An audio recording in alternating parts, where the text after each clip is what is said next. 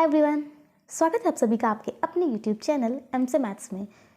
आज की इस वीडियो में हम मिड पॉइंट थ्योरम को डिस्कस करने वाले हैं। ठीक है, तो हमने एक्सरसाइज 8.1 को कंप्लीट कर लिया था एंड हम एक्सरसाइज 8.2 को स्टार्ट करने वाले हैं, बट उसके पहले हमें मिड पॉइंट थ्योरम आनी चाहिए बिकॉज एक्सरसाइज 8.2 इस थ्योरम पर बेस्ड है। ठीक, स्टार्ट करते हैं। इस थ्योरम में क्या है कि the line segment joining the mid point of any two side of a triangle is parallel to the third side and equal to half of it. ठीक, तो इसका सिंपल सा ये मतलब है कि ट्राइंगल में अगर हम किसी भी टू साइड का मिड पॉइंट लेते हैं, ठीक, तो ये आपको ए बी सी ट्राइंगल दिख रहा है, इसमें हमने ए बी साइड पे डी मिड पॉइंट लिया है एंड ए सी पे ई को मिड पॉइंट लिया है। ठीक, तो मिड पॉइंट, इन दोनों साइड्स के मिड पॉइंट को अगर हम मिला देते हैं तो ये हमें एक लाइन सेगमेंट मिलती है डी ई। ठीक, तो इसके अकॉर्डिंग, इस थ्योरम के अकॉर्डिंग ये जो डी है ये पैरेलल होगी BC के। ठीक, ये पैरेलल होगी BC के एंड ये D जो है वो हाफ होगा BC का। ठीक, तो बस यही दो बातें हैं इस थ्योरम में कि ये D पैरेलल होगा BC के, मतलब कि हम किसी भी, अगर हम कोई ट्राइंगल लें और उसमें तीनों साइड्स में से किसी दो साइड्स के मिड पॉइंट को मिला दें आपस में, ठीक, तो वो जो लाइन सेगमेंट हमें मिलेगी वो थर्ड वाली साइड के पैरेलल होगी एंड वो मैग्नीट्यूड में हाफ होगी उस थर्ड साइड के। ठीक, इतनी सी बात है। तो यहाँ पे हमने सिंपल लिखा है कि गिवन क्या है। ठीक, तो हमें गिवन है कि a triangle ABC in which D and E are the mid point of AB and AC। ठीक, और फिर हमने D को ज्वाइन कर दिया है, मिड पॉइंट्स जो हमें मिले उनको हमें आपस में ज्वाइन कर दिया है। अब हमें प्रूफ क्या करना है। ठीक, तो हमें मिड पॉइंट थ्योरम पता है, तो अब हम क्या करेंगे, इसकी प्रूविंग करेंगे, इसको दिखाएंगे कि ये ऐसा होता है। ठीक, तो इस चीज़ को हमें दिखाना है जो भी मैंने बताया कि मिड पॉइंट थ्योरम क्या कहती है।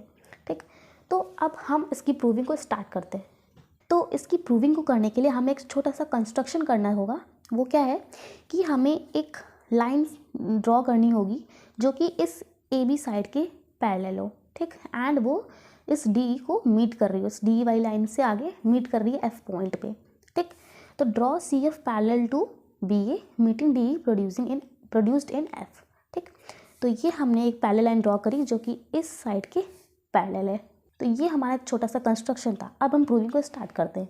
ठीक, तो सबसे पहले हम in triangle ADE and triangle ECF, कौन से दो ट्राइंगल्स है वो, एक ये वाला ट्राइंगल और एक ये वाला ट्राइंगल। ठीक, इन दोनों ट्राइंगल्स की हम सबसे पहले कॉन्ग्रुएंसी को प्रूव करेंगे।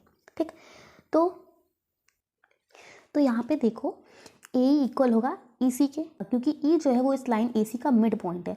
मिड पॉइंट है मतलब कि इधर वाला जो लेंथ है वो इस लेंथ के इक्वल होगा। ठीक, तो AE इक्वल होगा EC के और इसका रीज़न होगा कि A is mid point of AC।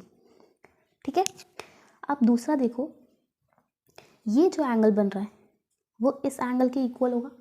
क्यों होगा? क्योंकि ये वर्टिकली ऑपोजिट एंगल बन रहा है यहाँ पे। ठीक, तो यहाँ पे हम लिख सकते हैं एंगल AED इक्वल होगा एंगल FEC के, और रीज़न क्या होगा, वर्टिकली ऑपोजिट एंगल। ठीक, तीसरी चीज़ देखो कि ये स्ट्रेट लाइन है, मीन्स ये पैरेलल लाइन है और ये भी पैरेलल है, क्योंकि ये दोनों आपस में पैरेलल है एंड इसको AC एक ट्रांसवर्सल कट कर रही है। तो यहाँ से ये वाला एंगल और ये वाला एंगल क्या होंगे, इक्वल होंगे। क्यों होंगे इक्वल? क्योंकि ये ऑल्टरनेट इंटीरियर एंगल है। तो एंगल DAE इक्वल हो जाएगा एंगल FCE के, और इसका रीज़न होगा ऑल्टरनेट इंटीरियर एंगल। ठीक है, तो सिंपली हमारा ट्राइंगल ADE कॉन्ग्रुएंट हो गया ट्राइंगल ECF के। ठीक, तो ये कॉन्ग्रुएंसी प्रूव हो गई। अब देखो, इन दोनों ट्राइंगल्स में हम लिख सकते हैं बाई CP/CT हम लिख सकते हैं कि AD इक्वल है CF के एंड DE इक्वल है EF के। ठीक है, ये हमने बाई CP/CT लिख दिया। ठीक, congruent part of congruent triangle, उसके हिसाब से ये AD CF के इक्वल हो गया और ये DE इक्वल हो गया EF के। ठीक, अब इसके आगे देखो, लेकिन क्वेश्चन में हमें गिवन है, क्योंकि ये डी पॉइंट मिड पॉइंट है इस ए बी का, तो यहाँ से क्योंकि क्वेश्चन में गिवन है कि मिड पॉइंट है, इसका मतलब कि ए डी इक्वल होगा बी डी के। ठीक, तो यहाँ पे लिखो बट ए डी इक्वल है बी डी के, है ना। तो यहाँ से ए डी सी एफ के भी इक्वल है और ए डी बी डी के भी इक्वल है, तो यहाँ से बी डी सी एफ के इक्वल होगा ना, तो देयरफॉर सी एफ इक्वल होगा बी डी के। ठीक, ये देखो ए डी सी एफ के इक्वल है और ए डी बी डी के भी इक्वल है, तो सी एफ इक्वल हो जाएगा बी डी के। ठीक, अब देखो फिगर में ये वाली साइड इस साइड के इक्वल हमें बताई है। अभी ये साइड जो इस साइड के पैरेलल भी है ना, क्योंकि ऐसा हमने कंस्ट्रक्शन किया था कि ये सी एफ इस लाइन सेगमेंट के पैरेलल है, तो यहाँ से हम लिख सकते हैं कि सी एफ जो है वो पैरेलल है बी डी के।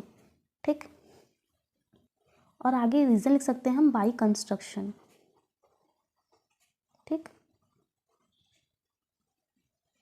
तो ये जो इन्फॉर्मेशन हमें दिख रही है ये और ये, इसके अकॉर्डिंग, ठीक, इसके अकॉर्डिंग क्या पता चलता है कि बी डी सी एफ क्या है, एक पैरेललोग्राम है। ठीक, क्यों ऐसा, क्योंकि इसकी ऑपोजिट साइड्स आपस में पैरेलल है एंड इक्वल हैं, और ये प्रॉपर्टी होती है पैरेललोग्राम की। तो यहाँ से इस पॉइंट से हम सिंपली बोल सकते हैं कि B D C F is a parallelogram. ठीक, अब आगे देखो, यहाँ पे एक लाइन ड्रॉ करती हूँ और यहाँ से देखो। ठीक, तो अब देखो कि डी एफ जो है वो पैरेलल है, डी एफ पैरेलल है बी सी के, है ना, डी एफ पैरेलल है बी सी के एंड डी एफ इक्वल है बी सी के। पैरेलल तो हमें पता था, मिड पॉइंट थ्योरम। तो डी एफ पैरेलल है बी सी के और डी एफ इक्वल है बी सी के, ऐसा हम क्यों बोल रहे हैं, क्योंकि अभी जस्ट हमने बताया कि ये पूरा जो एक फिगर है ये बी डी सी एफ ये पैरेललोग्राम है। तो पैरेललोग्राम की ये ऑपोजिट साइड्स पैरेलल भी होती हैं एंड इक्वल भी होती हैं। ठीक, तो डी एफ पैरेलल है बी सी के एंड वो इक्वल है बी सी के। ठीक, अब देखो यहाँ से डी ई भी पैरेलल होगा, डी ई भी पैरेलल होगा बी सी के, बिकॉज ये पूरी स्ट्रेट लाइन है ना, तो ये इसके पैरेलल है, तो ये वाला पार्ट भी इसके पैरेलल होगा। ठीक, तो ये इसके पैरेलल है एंड डी ई को हम बोल सकते हैं, ठीक, तो डी ई को हम बोल सकते हैं हाफ ऑफ डी एफ। तो ऐसा क्यों लिखा हमने कि D E is equals to half of D F, because कुछ देर पहले अभी हमने ये बताया था कि जो डी ई है वो इक्वल है ई एफ के। ठीक, मतलब कि ये पूरी लेंथ ये वाली इसके इक्वल है, ये बताया था हमने। तो यहाँ से हम डी ई को लिख सकते हैं ना हाफ ऑफ डी एफ। ठीक, तो वो हमने यहाँ पे लिखा। ठीक, अभी देखो हम डी को और क्या लिख सकते हैं, डी ई को हम लिख सकते हैं हाफ ऑफ बी सी। क्यों, क्योंकि ये डी एफ और बी सी जो है वो आपस में इक्वल है, तो हम डी एफ की प्लेस पे बी सी को भी लिख सकते हैं, क्योंकि ये ऑपोजिट साइड्स है ना पैरेललोग्राम की, तो ये तो आपस में इक्वल ही होने वाली है, तो डी एफ की प्लेस पे हमने बी सी रख दिया। ठीक, तो अब देखो इसके आगे हम रीज़न लिख सकते हैं इस पूरे का कि डी ई जो है वो इक्वल है ई एफ के, है ना, डी ई इक्वल है ना ई एफ के।